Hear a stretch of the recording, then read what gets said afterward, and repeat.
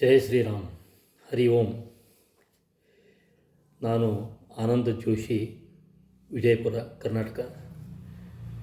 ಕರ್ನಾಟಕ ರಾಜ್ಯ ಬ್ರಾಹ್ಮಣ ಕ್ಷೇಮಾಭಿವೃದ್ಧಿ ಸಂಘದ ರಾಜ್ಯ ಅಧ್ಯಕ್ಷರಾಗಿ ತಮ್ಮೆಲ್ಲರ ಮುಂದೆ ಈ ಪ್ರಸ್ತುತವಾದಂತಹ ಒಂದು ವಿಷಯವನ್ನು ತಿಳಿಸಲು ಬಯಸುತ್ತೇನೆ. ಉತ್ತರ ಭಾರತದಲ್ಲಿ ಹಾಗೂ ಭಾರತ ದೇಶದ ರಾಜಧಾನಿಯಲ್ಲಿ ಇಂದು ನಡೆಯುತ್ತಿರುವ ಸವರ್ಣೀಯರ ಶಾಂತಿಯುತವಾದಂತಹ ಒಂದು ಹೋರಾಟ, ಅದು ರಿಸರ್ವೇಷನ್ ಹಟಾವೋ ಆಂದೋಲನ ಮತ್ತು UGC ಬಿಲ್ ಪಾಸ್ ಅದನ್ನು ವಾಪಸ್ ತೆಗೆದುಕೊಳ್ಳಲು ನಡೆಯುತ್ತಿರ್ತಕ್ಕಂಥ ಒಂದು ಹೋರಾಟ. ಯೂನಿವರ್ಸಿಟಿ ಗ್ರ್ಯಾಂಟ್ ಕಮಿಷನ್ ಈ ಒಂದು ಬಿಲ್ಲು ಪಾಸ್ ಮಾಡಿ ಜನರಲ್ ಕ್ಯಾಟಗರಿಯಲ್ಲಿ ಇರತಕ್ಕಂತಹ ಒಂದು ವಿದ್ಯಾರ್ಥಿಗಳಿಗೆ ಮತ್ತು ಉದ್ಯೋಗದಲ್ಲಿ ಇರತಕ್ಕಂತಹ ನೌಕರರಿಗೆ ಅತ್ಯಂತ ಕಠಿಣವಾದಂತಹ ಪ್ರಸಂಗವನ್ನು ಎದುರಿಸಲು ಅಲ್ಲಿ ಬಿಲ್ನಲ್ಲಿ ವಿಷಯಗಳನ್ನು ನೀಡಿದ್ದಾರೆ. ಈ ವಿಷಯಗಳಿಂದ UGC ಬಿಲ್ ಯಾಕೆ ವಾಪಸ್ ತೆಗೆದುಕೊಳ್ಳಬೇಕು ಅಂತನ್ನುವಂಥ ಹೋರಾಟ ಇದೆ ಅನ್ನುವಂಥದ್ದು ತಮಗೆಲ್ಲ ಗೊತ್ತಿರ್ತದೆ. ಆದರೂ ಕೂಡ ಒಂದೆರಡು ವಿಷಯಗಳನ್ನು ತಮಗೆ ತಿಳಿಸ್ತೇನೆ. ಅಲ್ಲಿ ವಿದ್ಯಾಭ್ಯಾಸ ಮಾಡ್ತಕ್ಕಂತಹ ಜನರಲ್ ಕ್ಯಾಟಗರಿಯಲ್ಲಿ ಇರತಕ್ಕಂತಹ ವಿದ್ಯಾರ್ಥಿಗಳಿಗೆ ತೊಂದರೆ ಕೊಡಲೇಬೇಕು ಅಂತನ್ನುವಂಥ ಉದ್ದೇಶವಿದ್ದಲ್ಲಿ ಒಬ್ಬ ಯಾರಾದರೂ ಕೂಡ ಅವರ ವಿರುದ್ಧ, ಪ್ರತಿಭಾವಂತ ವಿದ್ಯಾರ್ಥಿಗಳ ವಿರುದ್ಧ ಕಂಪ್ಲೇಂಟ್ ಮಾಡಿ, ಅಟ್ರಾಸಿಟಿ ಕಂಪ್ಲೇಂಟ್ ಮಾಡಿ ಕೇಸ್ ಹಾಕಬಹುದು. ಆಗ ಕೇಸ್ ಹಾಕಿದಾಗ ಆ ವಿದ್ಯಾರ್ಥಿಯ ಜೀವನೇ ಒಂದು ನರಕ ಸದೃಶವಾಗ್ತದೆ. ಅಂಥ ಪರಿಸ್ಥಿತಿಯಲ್ಲಿ ಯಾರೂ ಕೂಡ ಆ ವಿದ್ಯಾರ್ಥಿಯ ಮುಂದಿನ ಏಳಿಗೆಗೆ ಸಹಕಾರ ನೀಡಲು ಸಾಧ್ಯವಾಗುವುದಿಲ್ಲ. ಯಾರು ಅವನ ವಿರುದ್ಧ ಹೇಳಿಕೆಯನ್ನು, ಕಂಪ್ಲೇಂಟನ್ನು ಕೊಟ್ಟಿದ್ದಾರೆ ಅಂತಲೂ ತಿಳಿದುಕೊಳ್ಳಲು ಕೂಡ ಅಲ್ಲಿ ಆಸ್ಪದ ಇಲ್ಲ. ಮತ್ತು ಯಾವ ಕಾರಣಕ್ಕಾಗಿ ಕಂಪ್ಲೇಂಟ್ ಮಾಡಿದ್ದಾರೆ ಅಂತ ಅನ್ನೋದು ಕೂಡ ತಿಳಿತಾ ಇಲ್ಲ. ಕೇವಲ ಅಟ್ರಾಸಿಟಿ ಕೇಸ್. ಇದು ವಿದ್ಯಾರ್ಥಿಗಳ ಜೀವನವೇ ಒಂದು ನರಕ ಸದೃಶವಾಗಿ ಮಾಡ್ತಾ ಇರ್ತದೆ. ಈ ಎಲ್ಲವನ್ನು ಗಮನದಲ್ಲಿಟ್ಟುಕೊಂಡು ಮತ್ತು ರಿಸರ್ವೇಷನ್ ಹಟಾವೋ ಆಂದೋಲನ, ಈ ರಿಸರ್ವೇಷನ್ ಅನ್ನುವಂತಹ ಒಂದು ಏನು ಮೀಸಲಾತಿಯ ಪಿಡುಗು ಇದೆ, ಅದು ಆ ಮೀಸಲಾತಿಯ ಹಕ್ಕನ್ನು ಯಾರು ಮೀಸಲಾತಿ ತೆಗೆದುಕೊಂಡಿದ್ದಾರೆ ಅವರಿಗೆ ಮಾತ್ರ ಪ್ರತಿಫಲವಾಗಿದೆ ಹೊರತು ಆ ಹಿಂದುಳಿದ ವರ್ಗದಲ್ಲಿ ಇರತಕ್ಕಂಥ ಅನೇಕರಿಗೆ ಅದು ಉಪಯೋಗಕ್ಕೆ ಇನ್ನೂವರೆಗೂ ಬಂದಿಲ್ಲ. ಸ್ವತಂತ್ರ ದೊರೆತು 80 ವರ್ಷಗಳಾಯಿತು. ಅಂತಹ ಪರಿಸ್ಥಿತಿಯಲ್ಲೂ ಇನ್ನೂ ಅವರು ಅನೇಕರು ಹಿಂದುಳಿದವರಾಗಿಯೇ ಇದ್ದಾರೆ. ಈ ಯೋಜನೆ ರಿಸರ್ವೇಷನ್ ಅನ್ನುವಂಥದ್ದು ಒಂದು ಸಂವಿಧಾನದತ್ತವಾದಂತಹ ಒಂದು ಏನು ಹಕ್ಕಿದೆ, ಅದನ್ನು ಆರ್ಥಿಕವಾಗಿ ರಿಸರ್ವೇಷನ್ ಕೊಡಬೇಕು ಅಂತನ್ನುವಂಥ ದೃಷ್ಟಿಕೋನ ಇಟ್ಟುಕೊಂಡು ಈ ಹೋರಾಟವನ್ನು ನಡೆಸಲಾಗ್ತಾ ಇದೆ.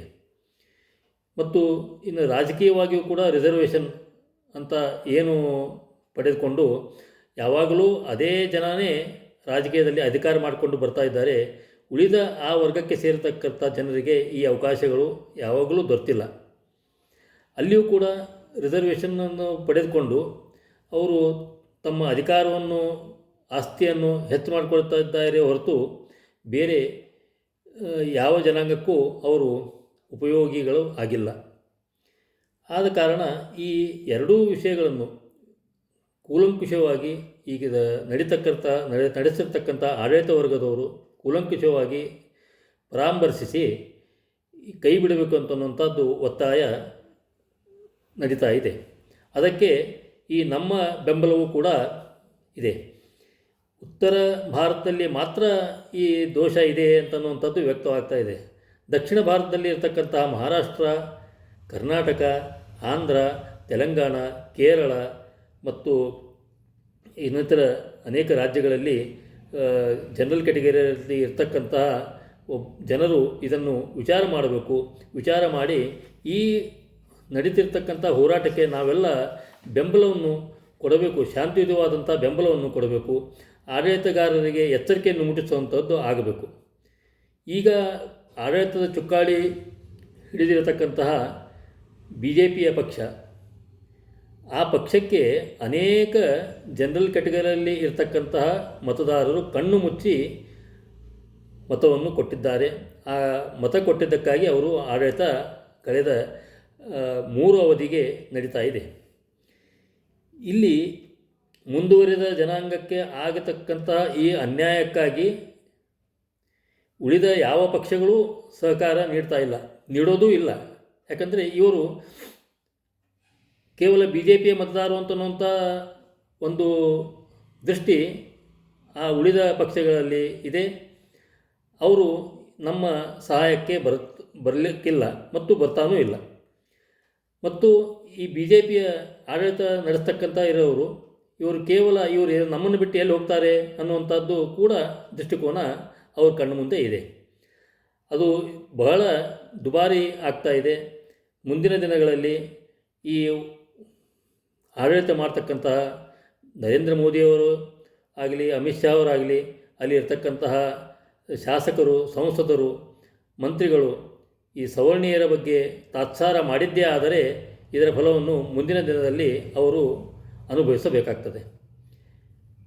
ಕೇವಲ ರಿಸರ್ವೇಷನ್ ಹಟಾವು ಅಂತಂದರೆ ಈಗ ರಾಮನಾಥ್ ಕೋವಿಂದ್ ಮಾಜಿ ರಾಷ್ಟ್ರಪತಿಗಳು, ಇವತ್ತಿನ ರಾಷ್ಟ್ರಪತಿಗಳಾದಂಥ ದ್ರೌಪದಿ ಮುರ್ಮು, ಇವರ ಮಕ್ಕಳಿಗೂ ಕೂಡ ಮೀಸಲಾತಿ ದೊರೀತಾ ಇದೆ. ಯಾಕೆ? ಅವರು ಆರ್ಥಿಕವಾಗಿ ಒಂದು ಹಂತಕ್ಕೆ ಬಂದಿಲ್ವಾ?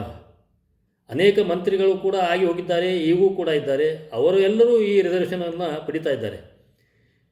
ಅನೇಕ ಅಧಿಕಾರಿಗಳು ಅಧಿಕಾರದ ಸೌಲಭ್ಯವನ್ನು ಪಡೆದುಕೊಂಡರೂ ಕೂಡ ಅವರ ಮಕ್ಕಳಿಗೆ ಮೀಸಲಾತಿ ಇದೆ.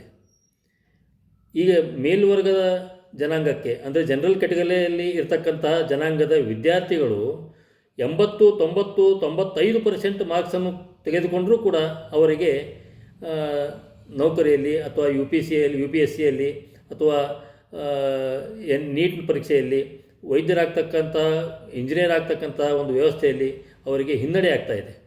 40% ತೆಗೆದುಕೊಂಡಿರ್ತಕ್ಕಂಥ ರಿಸರ್ವೇಷನ್ ಕ್ಯಾಟಗರಿಯಲ್ಲಿ ಬರ್ತಕ್ಕಂಥ ವರ್ಗದವರಿಗೆ ಇದು ಅವರನ್ನು ಸಿಲೆಕ್ಟ್ ಮಾಡ್ತಾ ಇದ್ದಾರೆ. ಅಂದರೆ ವಿದ್ಯಾರ್ಥಿಗಳಲ್ಲಿಯೂ ಕೂಡ ಅಸಮತೋಲನವನ್ನು ಸರ್ಕಾರವೇ ನಡೆಸ್ತಾ ಇರೋದು ಎಲ್ಲರ ಕಣ್ಣಿಗೂ ಕಾಣ್ತಾ ಇದೆ. ಅದಕ್ಕಾಗಿ ಈ ಹೋರಾಟ, ಅದಕ್ಕಾಗಿ ಈ ಆಂದೋಲನ. ನಮ್ಮ ಮುಂದಿನ ಭವಿಷ್ಯಕ್ಕಾಗಿ, ನಮ್ಮ ಜನಾಂಗದ ಮಕ್ಕಳ ಮುಂದಿನ ಭವಿಷ್ಯಕ್ಕಾಗಿ ಈ ಹೋರಾಟವನ್ನು ಬ್ರಾಹ್ಮಣರು, ಕ್ಷತ್ರಿಯರು, ರಜಪೂತರು, ಠಾಕೂರರು ಹಾಗೂ ಇತರ ಮೀಸಲಾತಿ ದೊರೆಯದೇ ಇರತಕ್ಕಂತಹ ಜನಾಂಗದವರು ಕೂಡಿ ಎಲ್ಲ ಹೋರಾಟ ಮಾಡ್ತಾ ಇದ್ದಾರೆ. ಆ ಹೋರಾಟಕ್ಕೆ ದಕ್ಷಿಣ ಭಾಗದಿಂದ ಅಥವಾ ಕರ್ನಾಟಕದ ಮೂಲದಿಂದ ಈ ಆಂದೋಲನವನ್ನು ಇನ್ನಷ್ಟು ಜಾಗೃತಿಗೊಳಿಸಿ ನಾವು ಈ ಪ್ರತಿಭಟನೆಯಲ್ಲಿ ಪಾಲ್ಗೊಳ್ಳಬೇಕಾಗಿದೆ. ಕಾರಣ ತಾವೆಲ್ಲ ಚಿಂತಕರು ಇದರ ಬಗ್ಗೆ ಚಿಂತಿಸಿ ಈ ಹೋರಾಟ ಯಾವ ರೀತಿ ಮಾಡಬೇಕು, ಯಾವ ರೀತಿ ಆಂದೋಲನವನ್ನು ಶಾಂತಿಯುತವಾಗಿ ಕೈಗೊಂಡು ಪ್ರತಿಫಲಕಾರಿಯಾಗಿ ಆಗಬೇಕು, ಹಾಗೂ ಯಾವ ವರ್ಗಕ್ಕೂ ಅಸಮಾಧಾನ ಅಥವಾ ಅವರ ಅಧಿಕಾರ ಏನು ಕಿತ್ಕೊಳ್ಳದೆ ಎಲ್ಲರಿಗೂ ಸಮಾನವಾದ ಅಧಿಕಾರ ದೊರೆಯಬೇಕು ಅಂತನ್ನುವಂಥ ನಿಟ್ಟಿನಲ್ಲಿ ಯೋಚಿಸಿ ಈ ಆಂದೋಲನವನ್ನು ಕೈಗೊಳ್ಳಲು ತಮ್ಮಲ್ಲಿ ಕಳಕಳಿಯಿಂದ ಪ್ರಾರ್ಥಿಸುತ್ತೇನೆ. UGC ರೋಲ್ ಬ್ಯಾಕು ಮತ್ತು ರಿಸರ್ವೇಷನ್ ಹಟಾವ್ ಆಂದೋಲನಕ್ಕೆ ಜಯವಾಗಲಿ. ಮತ್ತು ಈ ನ್ಯಾಯ, ನಮಗೆ ಅಧಿಕಾರದಲ್ಲಿ ಇರ್ತಕ್ಕಂಥವ್ರಿಗೆ ನಾವು ನ್ಯಾಯ ಕೇಳಬೇಕು. ಆದ್ದರಿಂದ ಈಗ ಅಧಿಕಾರದಲ್ಲಿ ಇರತಕ್ಕಂತಹ, ಕೇಂದ್ರದಲ್ಲಿ ಅಧಿಕಾರದಲ್ಲಿರತಕ್ಕಂತಹ ಮಾನ್ಯ ನರೇಂದ್ರ ಮೋದಿಜಿಯವರೇ ಹಾಗೂ ಗೃಹ ಮಂತ್ರಿಗಳಾದ ಅಮಿತ್ ಶಾ ಅವರೇ ಹಾಗೂ ರಕ್ಷಣಾ ಸಚಿವರಾದಂತಹ ರಾಜೇಂದ್ರನಾಥ್ ಅವರೇ ಹಾಗೂ ಶಿಕ್ಷಣ ಮಂತ್ರಿಗಳಾದಂಥ ಮಾನ್ಯ ಶ್ರೀ ಪ್ರಹ್ಲಾದ್ ಜೋಶಿಯವರೇ ಹಾಗೂ ಎಲ್ಲರಲ್ಲಿಯೂ ಒಂದು ನಮ್ಮ ಕಳಕಳಿಯ ವಿನಂತಿ, ನೀವು ಶೀಘ್ರವಾಗಿ ಈ ಆಂದೋಲನವನ್ನು ಹತ್ತಿಕ್ಕದೆ ಅವರಿಗೆ ಸಮಾಧಾನವನ್ನು ಕೊಡಿಸಿ, ಸರ್ಕಾರದ ಅಧಿಕಾರವನ್ನು ವಾಪರಿಸಿ ಅವರ ಮೇಲೆ ಯಾವುದೇ ಒಂದು ಹಲ್ಲೆ ಮಾಡಿಸದೆ ಪೊಲೀಸರಿಂದ ಆಗಿರ್ತಕ್ಕಂಥ ಅನ್ಯಾಯವನ್ನು ತಾವು ಶೀಘ್ರವಾಗಿ ಮನಗಂಡು ವಿದ್ಯಾರ್ಥಿಗಳ ಮೇಲೆ ದೌರ್ಜನ್ಯ ಮಾಡದೆ ಶಾಂತಿಯುತವಾಗಿ ಈ ವಿಚಾರವನ್ನು ಚಿಂತಿಸಿ ಇದನ್ನು ಶೀಘ್ರವಾಗಿ ಕೈ ಬಿಡಲು ತಮ್ಮಲ್ಲಿ ಕಳಕಳಿಯಿಂದ ಪ್ರಾರ್ಥಿಸಿಕೊಳ್ಳುತ್ತೇನೆ. ನಮಸ್ಕಾರಗಳು. ಜೈ ಹಿಂದ್. ಆನಂದ್ ಜೋಶಿ, ಕರ್ನಾಟಕ ರಾಜ್ಯ ಬ್ರಾಹ್ಮಣ ಕ್ಷೇಮಾಭಿವೃದ್ಧಿ ಸಂಘದ ರಾಜ್ಯ ಅಧ್ಯಕ್ಷ, ವಿಜಯಪುರ ತಮ್ಮೆಲ್ಲರಿಗೂ ವಂದನೆಗಳು.